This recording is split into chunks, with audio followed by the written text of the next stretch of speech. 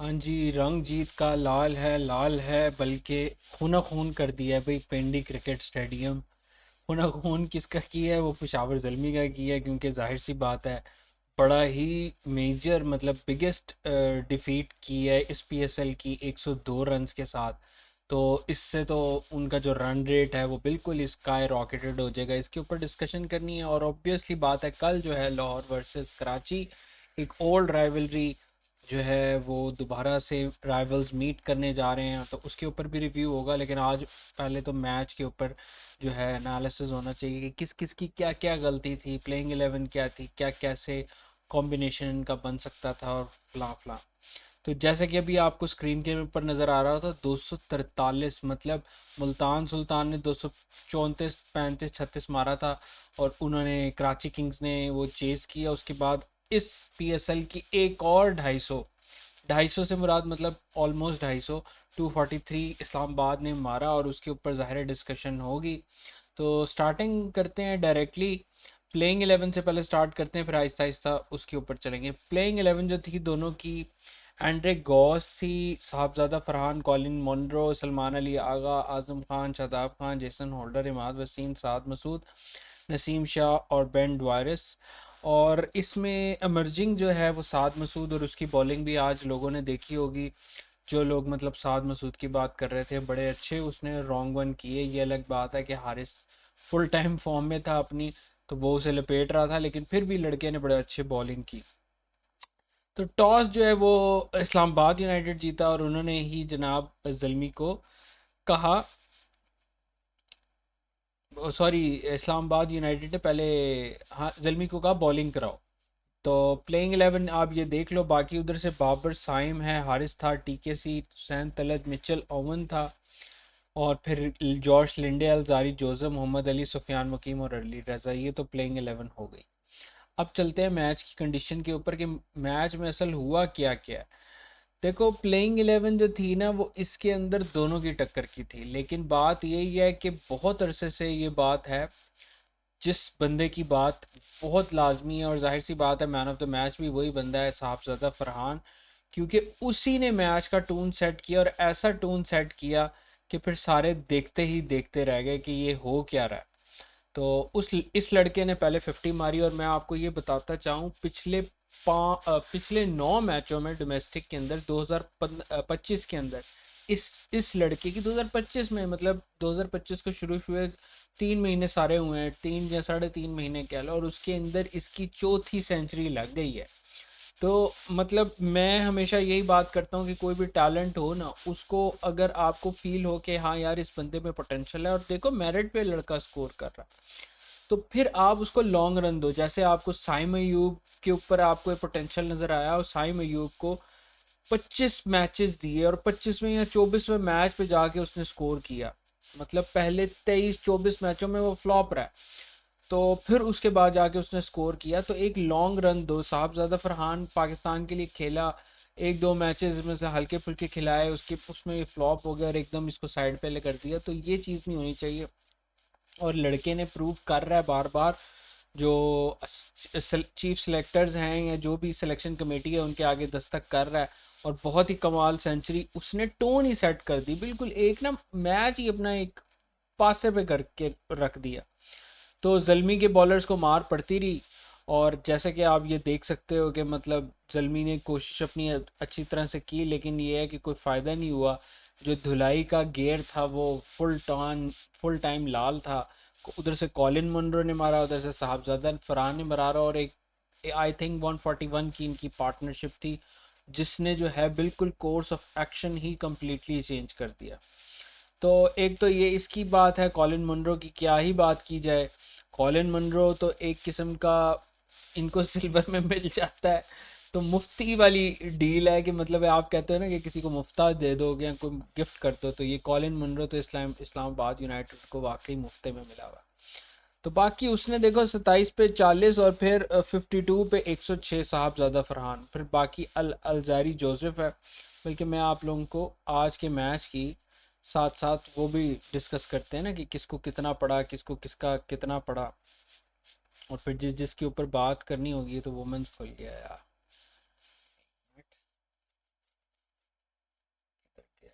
ये है ना, ये खुल गया। चलिए ये खुल गया, मैंने तो ये इस पे क्लिक किया है। ओके, चलो स्कोर कार्ड पे आते हैं हम। स्कोर कार्ड पे साहबजादा फरहान एंड्री गोस आउट हो गए। मैथ्यू शॉर्ट जब तक नहीं आते मेरे हिसाब से इसको ट्राई कर रहे हैं, लेकिन मेरा ख्याल है मैथ्यू शॉर्ट ही वो एक गैप जो इस्लामाबाद यूनाइटेड में जो मिसिंग है ना वो पूरा करेगा। और मैं तो हैरान हूँ कि अगर मैथ्यू शॉर्ट इस्लामाबाद यूनाइटेड में आ जाए तो फिर तो इनकी बिल्कुल ही तबाही किस्म की नहीं हो जाएगी प्लेइंग 11। आप सोचो मैथ्यू गॉस भी हो जाए और ये भी हो जाए, और ये देखो मीम्स का जो है ना वो भी फुल टाइम सीन ऑन है कि जल्मी बॉलर्स, और ये मार पड़ रही है कि ये हो क्या रहा है। 144 रन की पार्टनरशिप सब 72 बॉलों पे, तो उनको बिल्कुल समझ नहीं आ रही। तो मीम्स भी भाई पेजेस पे बिल्कुल फुल ऑन चल रही है। अच्छा, ये भी इन्होंने मीम डाली है 2 घंटे पहले। लोगों को क्या दिखाई दे रही है और फरहान को क्या दिखाई दे रही है, मतलब इतना बड़ा उसे बॉल नज़र आ रहा है जिस तरह उसके बॉल मिडल हो रही थी। मतलब इतना बड़ा बॉल से, मतलब फुटबॉल जितना बॉल उसे नज़र आ रहा है। लोगों को तो एक मतलब क्रिकेट बॉल नज़र आ रहा है, लेकिन फरहान को वो नज़र आ रहा है। तो फरहान की 50 कमा उस पर बात हो चुकी है। और फिर ऑब्वियस सी बात है 100 जो उसने की लाजवाब की, टोन सेट हुआ। और मैं एंड्रयू गॉस की जगह मैथ्यू शॉर्ट की बात कर रहा था, मुझे उसकी पिक्चर नहीं मिली, वरना मैथ्यू शॉर्ट के ऊपर ऑस्ट्रेलियन ओपनर हैं, डिस्ट्रक्टिव बैटिंग करते हैं। तो बिल्कुल इस्लामाबाद के जो एक उनका वो है थीम है उसको कॉम्प्लीमेंट करते हैं।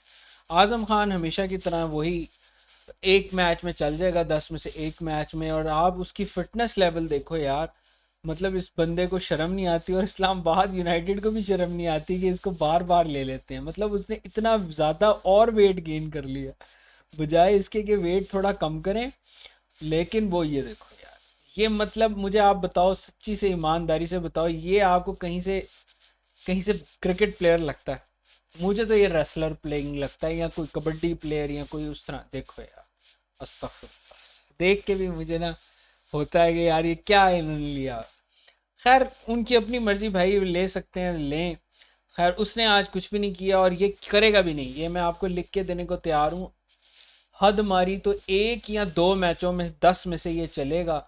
और वो भी मैच साइड पे नहीं करेगा, वो भी इसी तरह जैसे आज हारिस ने खेला कि हारा हुआ मैच होगा और इस तरह ही बस 60 70 80 स्कोर मार देगा। तो इसी तरह मैक्सिमम 2, मेरे हिसाब से मैच 2 भी नहीं होंगे, वैसे तो 1 ही होगा, लेकिन फिर भी अगर कहने को तो 2 मैचेस से ज़्यादा ये का प्लेयर नहीं है। सलमान अली आगा पाकिस्तान टीम के T20 के कैप्टन, उन्होंने 200 के स्ट्राइक रेट 15 पे 30 मारा। जेसन होल्डर ने बड़ी अच्छी इनिंग्स खेली, एक कॉम्प्लीमेंट किया 11 पे 20, और ये भी 181 के स्ट्राइक रेट के साथ। और फिर ड्वेन ड्वारिस ने जो है वो 300 के स्ट्राइक रेट से एंड के अंदर जो फिनिशिंग टच था वो वाकई इन दोनों फॉरेन प्लेयर्स ने दिया कि 6 पे 18, मतलब कि 1 छक्का और 2 चौके। तो कमाल की। और फिर अब हम बातें करते हैं ज़ल्मी की धुलाई की। ज़ल्मी के साथ जो धुलाई हुई है, तो बाबर आजम की एक किस्म की बैटिंग कहना चाह रहा हूँ, बॉलिंग भी, कैप्टनसी भी ये डाउटफुल है, क्योंकि साइम अयूब को ऑलरेडी कराची किंग्स से ऑफर थी कैप्टन बनने की, ये आप बात याद रखें। तो अब जबकि बाबर आजम उस तरह ना एज अ कैप्टन ना एज अ प्लेयर परफॉर्म नहीं कर पा रहा, तो फिर ये अब जाहिर है कैप्टनशिप किसको जाएगी किसको नहीं जाएगी, ये भी एक क्वेश्चन मार्क है। हालांकि मोहम्मद अली जो है, वैसे मोहम्मद अली का ये है कि मोहम्मद अली तो पिटता हर जगह पे ही है सिवाय मुल्तान की। मुल्तान के अंदर उसने अच्छी थ्रू आउट अच्छी परफॉर्मेंस थी, लेकिन यह है कि बाबर ने एक्सपेरिमेंट करने से नहीं घबराया। जोसेफ को भी ओवर दिया, अली को भी दिया, जॉश लिंडे था, अली रजी था, सुफियान मुकीम था, हुसैन तल्लत था, साइम अयूब भी था। तो मतलब उसने एक्सपेरिमेंट किया, लेकिन यह है कि वो साहबजादा फरहान ने किसी को बाजू पकड़ाई ही नहीं। आप देखो 4 ओवरों में 9 की इकॉनमी में जोसेफ को पड़े, 2 विकेटें उसने ली, और हुसैन तल्लत ने 2 विकेटें ली 13 की इकॉनमी से पड़े। बाकी सब विकेटलेस रहे, 4 विकेटें उनकी हुई। मोहम्मद अली देख लो, उसको 12 की इकॉनमी के साथ मार पड़ी, जॉश लिंडा को 10 की इकॉनमी के साथ मार पड़ी, वो भी 2 ओवरों में। तो 4 ओवर सिर्फ मोहम्मद अली और अलजारी जोसेफ ने कराए, उसके अलावा किसी के भी पूरे ओवर नहीं हुए। अली रजा ने 3 ओवर कराए, 15 की इकॉनमी, मोस्ट एक्सपेंसिव। मतलब आज अली रज़ा राज ज़ाहिर है यंगस्टर है, 17 साल का बच्चा है, एमर्जिंग का प्लेयर है, तो इसके ऊपर तो ज़्यादा बात नहीं होगी। जॉश लिंडा की है, फिर सुफियान मुकीम जिसके ऊपर बड़ी हाइप बनती है और मैं भी बड़ा इसको हाईली रेट करता हूँ, उसको भी 35 स्कोर पड़ा 11 की इकॉनमी के साथ 3 ओवरों में, तो ये भी बहुत एक्सपेंसिव। हुसैन तलत ने 2 विकेटें तो ली, लेकिन ये है कि उनको भी 13 की इकॉनमी के साथ मार पड़ी, और साइम अयूब ने एक ही ओवर कराया, उसको भी 13 की इकॉनमी के साथ मार पड़ी। तो फुल ऑन फुल धुलाई सीज़न ऑन था आज जलमी का, और शो जो था सारा इस्लामाबाद यूनाइटेड ने चुराया, उनके बैट्समैन ने चुराया, और मतलब ऐसा ऐसा मारा कि मतलब रगड़ रगड़ के साफ़ करो, मेरे गुनाहों को माफ़ करो, ये कैसे दाग हैं जाते ही नहीं। तो बिल्कुल वही वाला हाल है, और बहुत बहुत अब आप देखो माशाल्लाह माशाल्लाह ये memes full time Islamabad United के सोशल मीडिया हैंडल के ऊपर फुल ऑन चल रही हैं। फिर अब बॉलिंग की बात करते हैं। बॉलिंग का आगाज़ हुआ तो वो भी इन्होंने बड़ी ही अच्छी, नसीम शाह का, जिस तरह से हम नसीम शाह को देखना चाह रहे थे कि यार आके विकेटें ले, अब आप देखो ज़ल्मी 43 फॉर 3 अर्ली हो गए थे, बैंड वायरस ने भी विकेट ली, नसीम शाह ने भी, और इमाद वसीम, और इन्होंने टून सेट कर दी कि उसको आने ही नहीं दिया। और सबसे बड़ी जो विकेट थी वो इस टाइम बाबर आजम की विकेट थी, और ये ESPN क्रिक इन्फो के ऊपर भी लगा हुआ है। वैसे ये रहा Babar Azam, a big question mark for Babar lovers या बाबर आजम के जो आर्मी है। कोयटा ग्लैडिएटर्स के खिलाफ भी इन्होंने 0 पे आउट हुए, और आज इस्लामाबाद यूनाइटेड भी उसके ऊपर भी एक। और ये आप जो साइड पे घंटी देख रहे हैं, तो ये है घंटे का किंग का साइन, कि ये हमारे घंटे का किंग है। तो बिल्कुल घंटा बज रहा है, और किंग साहब ने वो जो कहते हैं किंग कर लेगा, किंग कर लेगा, ना नेशनल टीम के लिए किंग कर पा रहा है, ना अपनी फ्रेंचाइज के लिए भी किंग कर पाएगा। पता नहीं फिर कौन ही इस घंटे के किंग को किंग मानता है। तो खैर प्लेयर तो वो है, लेकिन ये है कि उसकी फॉर्म नहीं है। मैं खुद बाबर आजम को सपोर्ट इन अ सेंस मतलब रीजनेबल जगह करता हूँ। जैसे आज उसने अच्छा नहीं खेला तो कोई सपोर्ट का नहीं बढ़ता, नेशनल टीम के लिए भी कोई उतना अच्छा वो नहीं खेल पा रहा, तो कोई सपोर्ट करने वाली कोई जवाज़ नहीं बनती। तो ये सारी सिचुएशन है, लेकिन यही है कि आप जब आपने टीम ओन की हुई है, टीम आपकी सारी उसके ऊपर है, तो फिर आपको रिस्पॉन्सिबिलिटी लेनी चाहिए। अगर आप रिस्पॉन्सिबिलिटी नहीं लोगे तो फिर तो जाहिर सी बात है आपकी टीम का भी कुछ उम्र निकल आएगा। तो ये पावर प्ले के कुछ शॉट्स हैं। ठीक है जी, मिचेल ओवन ने भी स्टार्ट किया, हारिस जो थे वो पॉजिटिव नज़र आए, उसने बिल्कुल भी गियर डाउन नहीं किया, वो अपनी तरफ से अपनी शॉट्स जैसे वो खेलता है खेल रहा था, आते सारी उसने रिवर्स स्वीप पे चौका मारा। तो मतलब अच्छी बैटिंग थी। हार साइम अयूब के ऊपर भी एक थोड़ी सी डिस्कशन होनी चाहिए आई थिंक, कि उसकी भी कमज़ोरी, उसको जो फाइन लेग वाली साइड के ऊपर अगर बॉल मिलता है तो वो उसको नहीं छोड़ता, वो उसके ऊपर ट्राई करता है, और वो मेरे हिसाब से इस्लामाबाद यूनाइटेड प्लानिंग करके आई हुई थी आज। तो वही प्लानिंग के अंदर उन्होंने उसको साइम अयूब को भी फंसाया, और जनाब साहब वो तो वी ओवन भी गया और ये भी गया, और इन्होंने जनाब साहब फुल टाइम पेचा डाला। और अब आप देखो कि 14 ओवरों में 111 पे 7 थे, और जल्मी जो है वो स्ट्रगल करता रहा थ्रू आउट अपने चेज़ पे, और जिसके अंदर वो तो बड़े बेहतरीन है। अब प्लेइंग 11 की जो स्कोर कार्ड है उस पर चलते हैं। साइम अयूब ने 6 बनाए, बाबर ने 1, मिच ओवन ने 10, 7 गेंदों पे 10, 142 के स्ट्राइक रेट के साथ। मोहम्मद हारिस एक वही फाइटिंग लोन फाइटर थे, 47 पे। ये बड़ी बेहतरीन 185 की खेली, लेकिन ज़ाहिर है विनिंग कॉज में नहीं थी, लूजिंग कॉज में है, क्योंकि उसको साथ किसी ने साथ ही नहीं दिया, TKC भी नहीं चला। और आई बिलीव जो बिगेस्ट रिग्रेट, और मैंने अपने एनालिसिस में मती के साथ क्रिकेट का फ़ैन का जो चैनल है उसके ऊपर ये बात बोली भी है, कि जो TKC का जो इन्होंने वाइल्ड कार्ड यूज़ किया ना, वो मेरे हिसाब से इनको बड़ा कॉस्टली पड़ेगा, और इसी कॉम्बिनेशन की वजह से पेशावर ज़ल्मी बॉटम पे आएगा। और ये मैंने उसके शो पे भी बात की थी। बॉटम से मुराद ये है कि अगर 6 ना भी आए तो 5th पे तो आएगा ही आएगा। तो इनका अभी प्लेइंग 11 का कॉम्बिनेशन भी नहीं बन पा रहा कि ये इनको विन आए। 2 बैक टू बैक लॉसेस इनको हो चुकी हैं, और हुसैन तलत भी इन्होंने खिलाया, जॉर्ज लिंडे भी खिलाया, अलजारी जोसेफ भी था, सुफियान मुकीम था, मोहम्मद अली था। आई थिंक इनकी बेस्ट फ्रेंड थी अली रज़ा। इससे अच्छा और क्या कॉम्बिनेशन इनका हो सकता है। तो हम स्क्वाड पे चले जाते हैं, काम करते हैं ना, स्क्वाड पे जाते हैं, और स्क्वाड पे जाके हम इनका देख लेते हैं कि ज़ल्मी का क्या स्क्वाड है और इसके अंदर क्या चेंजेस मज़ीद हो सकती हैं। ये स्क्वाड, और फिर स्क्वाड के अंदर हम पेशावर ज़ल्मी का स्क्वाड। बाबर अब्दुल समद एक ऑप्शन है लेकिन वो नहीं चल रहे। मैक्स ब्रायंट को पिछले जो है मैच में चांस मिला लेकिन वो कुछ कर नहीं पाए। लेकिन मेरे हिसाब से मैक्स ब्रायंट के साथ ही इनको जाना चाहिए था। लेकिन अगर जाना चाहिए था तो फिर विड्रॉप किसको करते, क्वेश्चन तो ये आ जाता है ना। अलजारी तो खेलेगा, लिंडे भी खेलेगा, टिकेसी भी खेलेगा, मैच ओवन भी खेलेगा। इन्होंने मेरा ख्याल में चौवन को खिलाया है उसकी जगह। मेरा ख्याल है टीकेसी जो है ना वो इतना कंसिस्टेंट,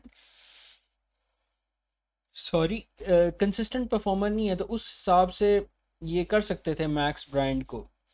लेकिन फिर और भी तो नहीं कुछ हो सकता था ना। अच्छा जी, कॉर्बन बॉश ने तो विड्रॉन कर दिया। माँ सदाकत वो खेला, अली रज़ा, एहसानुल्लाह, आरिफ याकूब। मेरा ख्याल है और कोई हो नहीं सकता क्योंकि नीचे तो बॉलर्स आते हैं ना इनकी प्लेइंग 11 में। मैक्स ब्रायंट, मिच ओवन, टीके सी और अलजारी जोसेफ। फिर जॉश लिंडे को नहीं बिठा सकते, हाँ ये मसला है ना।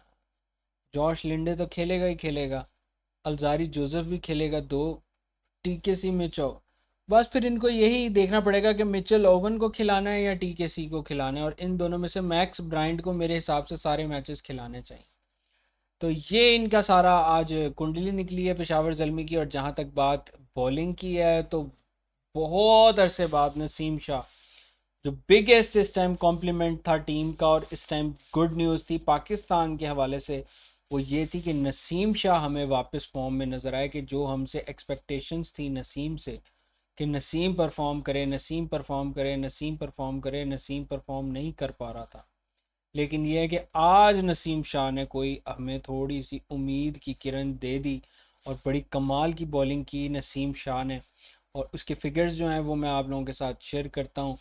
3 ओवर कराए, सिर्फ 14 रन, और इसके अंदर 12 डॉट बॉलें, 12, मतलब 3 ओवरों के अंदर 2 ओवर डॉट बॉल थे।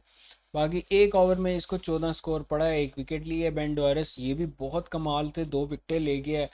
2 ही ओवर कराए थे, रन थोड़े से खा लिए एक्सपेंसिव, लेकिन जाहिर है जब 250 आपने फट्टे पे लगाया तो इतना तो रन पड़ता ही है 9 की इकॉनमी के साथ या 10 की इकॉनमी के साथ। But 2 wickets, that is a great plus. Imad Wasim coming back in form. Multan Sultan ने इनको ट्रोल भी किया था कि इमाद वसीम ये है वो है फलां है, लेकिन ये भी सिर्फ डोमेस्टिक लेवल पे ही है। जिस तरह से इसकी इमाद वसीम की इंटरनेशनल लेवल पे इंडिया के ख़िलाफ़ हवा निकली थी वो हम सबको पता है। लेकिन ये है कि डोमेस्टिक का प्लेयर है तो डोमेस्टिक के अंदर ही पीएसएल जैसी लीग्स टाइप के अंदर ये काबिल है परफॉर्म करने के। लेकिन इकॉनमी बड़ी कमाल, 6.5 की, 3 विकेट्स ली, 4 ओवर पूरे कराए। और इनकी प्लेइंग 11 में एक शादाब खान ने पूरे ओवर कराए और इमाद वसीम। शादाब को भी 7 की इकॉनमी के साथ मार पड़ी, 2 विकेट्स ली, लेकिन ये बॉलर्स की ली मार पड़ रही थी। जेसन होल्डर ने भी 1 विकेट ली 10 की इकॉनमी के साथ, और साद मसूद जो कि इनका इमर्जिंग था उसको भी मौका दिया। 3 ओवर उसने कराया, 25 रन खाए और 1 विकेट ली। तो ये सारी सिचुएशन थी और नसीम शाह की इसके अंदर प्लस है। और अगर आप स्ट्रेंथ्स और वीकनेसेस की बात की जाए कि पेशावर ज़ल्मी को अब क्या करना पड़ेगा, मेरे हिसाब से पेशावर ज़ल्मी की जो प्लेइंग 11 है, क्योंकि अब बैक टू बैक अब हम इस पे जाते हैं ना, ये हमने प्लेइंग 11 और सारी चीज़ें देख ली। अब हम जाते हैं टेबल के ऊपर, क्योंकि टेबल पे क्या सिचुएशन बनी हुई है ये भी बड़ी इम्पोर्टेंट है, ताकि आपको टेबल नज़र आए और टेबल की सिचुएशन भी नज़र आए। ओके, ये है points table. 2 Peshawar Zalmi back to back आ गया, -4 का इनका रन रेट है। तो बहुत मुश्किल है रन रेट की, ये अगर मतलब कम्प्रीहेंसिव जीतें तो अपना ये वो कर सकते हैं बैक टू बैक। अब देखो ड्रॉप और प्लेइंग 11 के अंदर किस तरह से ये चेंजेस कर सकते हैं। अब्दुल समद को ये खिला सकते हैं, टीके सी है, मैक्स ब्रायंट है, हारिस है, नजीबुल्ला ज़दरान है। देखो बाबर भी खेलेगा, साइम भी खेलेगा, ठीक है जी। टीके सी को इन्होंने उस पर किया है क्योंकि प्लेटिनियम में तो टीके सी को भी ये खिलाएंगे। 3 बंदे ये कंफर्म है, हारिस है, बाबर है, साइम है, टीके सी है, 4 ये हो गए। फिर आप 5 पे मिचेल ओवन या मैक्स ब्रायंट की जगह मुझे लग रहा है ये एक बंदे को खिलाएंगे, जबकि मेरे हिसाब से मैक्स ब्रायंट को लाजमी खिलाना चाहिए और मिचेल ओवन को भी खिलाना चाहिए, बट इनकी कॉम्बिनेशन नहीं बन पा रही। ठीक है जी, ये हो गई। और फिर उसके अलावा इनकी नीचे फिर हुसैन तलत आ जाते हैं, जॉश लिंडे, ये तो खेलेंगे ही खेलेंगे। और मास सदाकर ऑलराउंडर है इनका, इन्होंने मास सदाकत को ही खिलाना चाहिए मेरे हिसाब से। इमर्जिंग नहीं, मास सदाकत नहीं, सॉरी, इन्होंने अली रज़ा को खिलाया।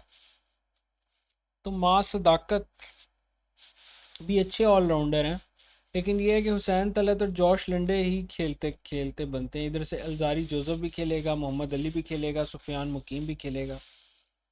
लेकिन एक चीज़ हो सकती है कि मोहम्मद अली की जगह लूक वुड को आप रोटेट कर सकते हो। नहीं दराना तो मेरा ख्याल अवेलेबल नहीं है। और फिर अलजारी जोसेफ और एहसानुल्लाह तो खैर एक ही जैसे हैं, अगर खुदा न खास्ता अलजारी जोसेफ को बेंच करना पड़ा तो एहसानुल्लाह शायद खेले। लेकिन अभी जो आज इन्होंने प्लेइंग 11 खिलाई है ना, मेरा ख्याल है यही पेशावर ज़ल्मी की एक किस्म की बेस्ट टीम थी और इनका कॉम्बिनेशन नहीं बनता। तो सैडली पेशावर ज़ल्मी के कि ये अब इनको सोचना पड़ेगा कि इसी प्लेइंग 11 के साथ किस तरह से अपनी टीम को परफॉर्म करना है, क्योंकि ये नहीं परफॉर्म कर पा रहे और मैचेस नहीं जीत पा रहे। 2 बैक टू बैक मैचेस ये हार गए और ये आज का मैच बड़ा इम्पोर्टेंट था इनके लिए कि ये किसी तरीके से मैच में वापस आते, but unfortunately they weren't able to come back. और बाकी इस्लामाबाद यूनाइटेड की बात की जाए तो उनके लिए तो प्लस ही प्लस है, everything is quite working for them. चाहे वो इमाद वसीम की सूरत में हो, नसीम शाह की सूरत में हो, अपर ऑर्डर बैट्समैन हो, लोअर ऑर्डर बैट्समैन हो। लेकिन बस एक कीपर का ही मसला है उनका, आज़म खान का। उसके अलावा तो बाकी सारे खाने चिक हैं। तो ये सारा एनालिसिस तो आज के मैच का था। Let's preview Lahore versus Karachi, the old rivalry. इसके ऊपर थोड़ी सी डिस्कशन है। लाहौर जो है वाली टीम कराची जा रही है और ये देखें प्लेयर्स जा रहे हैं, उन्होंने अपने फ़ोटो सेशन करवाए हुए हैं। तो लेट्स सी कि लाहौर क्या प्लेइंग 11 खिलाती है, क्योंकि हमें लास्ट मैच से तो ये चीज़ ज़ाहिर हो गई है कि लाहौर ने अपनी प्लेइंग 11 के अंदर जो जीती है उसके अंदर चेंजेस किए और डेविड वीज़े को ड्रॉप किया। डेविड वीज़े को ड्रॉप करने का मकसद ये है कि डेविड वीज़े अब बहुत मुश्किल है उस प्लेइंग 11 का हिस्सा बने। आसिफ अली भी नज़र आ रहे हैं इसमें, डेविड वीज़े बेचारा अफसरदा हुआ है, बाकी ये सारे यंगस्टर्स हैं। फ़खर जमान ने बड़ी उम्दा इनिंग खेली, मैन ऑफ द मैच बने। बाकी ये सारे जितने हैं सैम बिलिंग्स वगैरह, जितने जहांदाद खान हैं या रशीद हुसैन है, तो ये सारे जो हैं कराची लैंड कर चुके हैं। ज़मान खान अभी नहीं खेला। तो कल की जो प्लेइंग 11 है कराची की, वो देखने वाली होगी। उसमें मेरा ख्याल है फ़खर भी खेलेगा, मोहम्मद नईम भी खेलेगा ही खेलेगा, और फिर अब्दुल्ला शफीक भी, डैरल मिचल भी, सिकंदर रज़ा भी, सैम बिलिंग्स भी, शाहीन भी, रिशाद हुसैन, जहादाद खान, हारिस रऊफ़, आसिफ अफरीदी। अच्छा, अब आप प्लेइंग 11 का मुझसे पूछो ना तो मैं ये करूँगा कि मैं जहादाद खान को ड्रॉप करूँगा, क्योंकि जहादाद खान ने लास्ट मैच में भी कोई इस तरह से परफॉर्मेंस नहीं दी जिस तरह से उससे एक्सपेक्टेड है। अब आप देखो मोस्ट इकोनॉमिकल सॉरी एक्सपेंसिव 17 की इकॉनमी के साथ इसने एक तो 2 ओवरों में मार खाई और फिर बैटिंग के अंदर भी उसको तो खैर बैटिंग ही नहीं मिली। तो अभी जो प्लेइंग 11 बनती है ना मेरे हिसाब से इनकी लाहौर कलंदर्स की, मैं लाहौर कलंदर्स खुल के ना स्क्वाड पे जाते हैं। जहां खान की जगह जो है ना किसको खिलाना चाहिए, ये क्वेश्चन मार्क है। उसका मैं आपको बताता हूँ। देखो अब्दुल्ला, आसिफ अली की भी यार मैं तो कहूँगा कि किसी तरीके से ये जगह बनाए। इनके पास अमर्जर और कौन है, मोमिन कमर है, लेफ्ट आर्म ऑर्थोडॉक्स।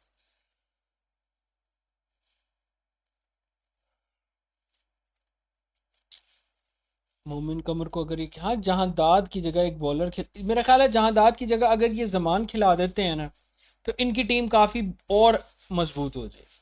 हाँ, जहांदाद की लेकिन लेफ्ट हैमर आपके पास शाहीन है, रिशाद हुसैन तो स्पिनर हो गया, आसिफ अफरीदी भी आपके पास लेफ्ट आर्म स्पिनर है, फिर हारिस रऊफ है।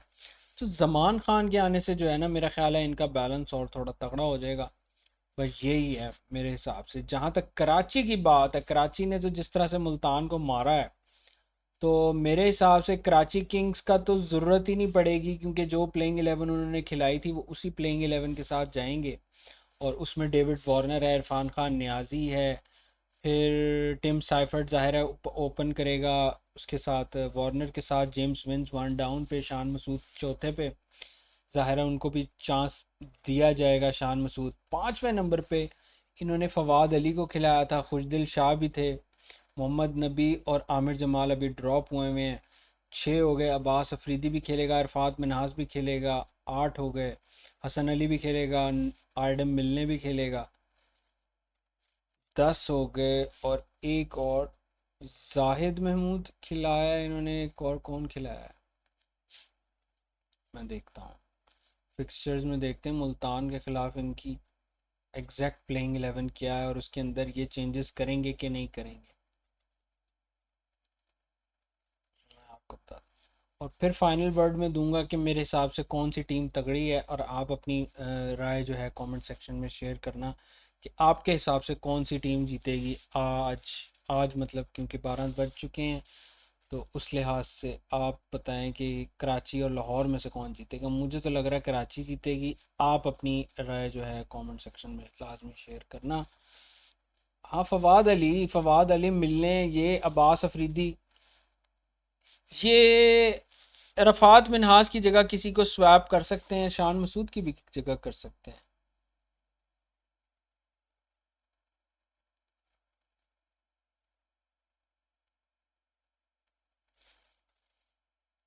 मैं समझ गया। कराची किंग्स स्क्वाड,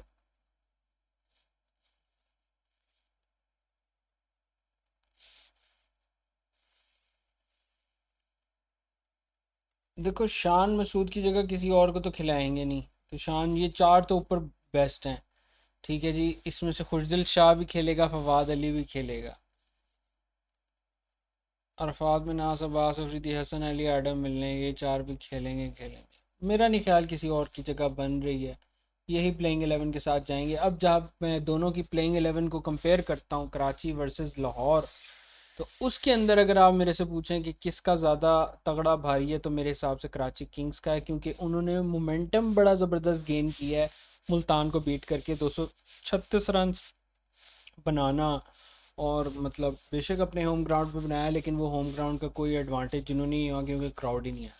तो ये सारी डिस्कशन थी, आई होप कि आपको पसंद आई होगी। लेट मी नो कि आपको क्या लगता है कल लाहौर और कराची में से कौन सी टीम जीतेगी। यही था मेरा एनालिसिस। नेक्स्ट वीडियो तक के लिए अल्लाह हाफ़िज़, टेक केयर।